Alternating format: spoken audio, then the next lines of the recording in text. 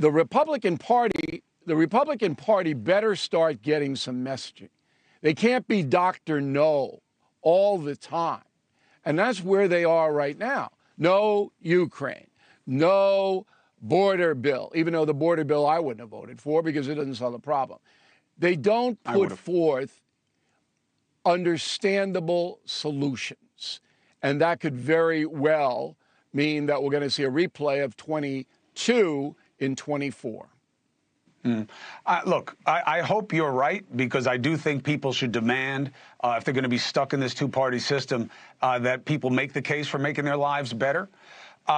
Swazi played the immigration issue to the right of Biden, significantly so, although he had a light, some would say even a deft touch on the migrants in New York. But he was much more aggressive than Biden has been in terms of what to do at the border. Reproductive rights is tough because it's the dog that caught the car. The right has been using it as a boogeyman. And now if you want a 6-week abortion ban or whatever it is, you're making choices for other women, you're going to have a problem on your hands. And it's more than just articulating it. But. I'm not surprised by this, because Swazi crushed Santos when they ran against each other for the House seat. He beat him by 12 points. And after Peter King held it for many, many terms, the left has had a stronghold there. It's all about which party is more dug in the moment in terms of infrastructure and getting the money into the race. That's why Swazi won. He was already congressman for that district.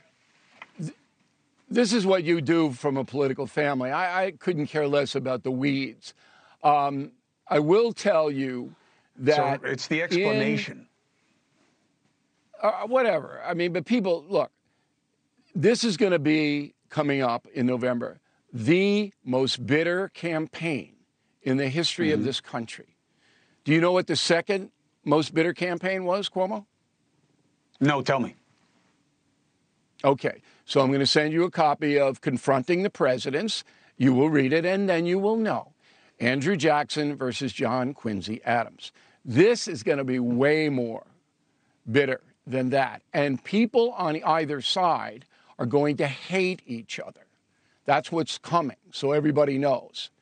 Now, in this district here, it could go either way. People are fed up, and you say, well, he ran to the right of Biden on the border. Fidel Castro ran to the right of Biden on the border. Okay, we don't have a border. There is no border. Joe Biden destroyed it. If the Republicans were shrewd, they could get that point across and say, here's how we would restore the border. But they don't. All they do is pound Biden into pudding, and they don't put up, here's what we would do. Same thing in Ukraine. I'm for Ukraine aid because I know what Hitler did in the 1930s. And I know what Vlad wants to do in reconstituting the Soviet Union. I know that. I also know that world order will collapse, and I mean that literally, if Putin is successful in Ukraine, because that will lead to Taiwan. It will lead to the mullahs in Iran doing more than they're doing now, and the nut in North Korea will start saber-rattling against South Korea. All of this will happen, okay? But the Republican Party doesn't frame it that way. And they should, but they don't. And the reason they don't is there is no leader of the Republican Party. Trump, as we've discussed, is not a Republican. He is a populist. He doesn't know the history of the Republican Party and could not care less about it. So there's no leader. Whereas the Democratic Party is a tightly disciplined, under the banner of fear. You know, one of the things when I had Swazi on the No Spin News, I had them both. I said, look, you're a good man. I know you. But you're not going to go up against the progressive left. You're not going to go up against the open border people, because if you do, you're canceled. You will be canceled. That's why Democrats vote en bloc on everything. You defect from the Democratic line, you're done. Not in the Republican Party. You can have these crazy right-wingers throwing hand grenades in, and nothing's going to happen to them. That's not what's on the Democrat side. That's what people should understand.